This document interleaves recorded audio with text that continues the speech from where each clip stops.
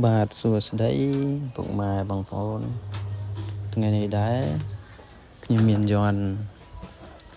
មួយទៀតហើយលក្ខណៈធ្វើដើម្បីពុកម៉ែបងប្អូនកំសាន្តហើយយកទៅប្រើប្រាស់បានផងដែរជាសិល្បៈការគូសរសេរហ្នឹងគឺយើងអាចចាមានបល័យមានអីប៉ុន្តែនេះគ្រាន់តែជាវីដេអូដើម្បីពុកម៉ែបងប្អូនបានឃើញការគូនិងអភិរក្សអីចឹងទៅណាតែថានៅក្នុងនេះគឺមានបល័យនាសង្ឃសិមោនឹងគឺបល័យហ្នឹងគេសូត្រ4ម៉ាត់ហ្នឹងវាស្នេហ៍តែនេះទុនតាខ្មែរយើងគាត់បង្កើតចេញជាយន្តហើយមាននមោពុទ្ធាយៈហ្នឹងហើយមានអ្នកមាន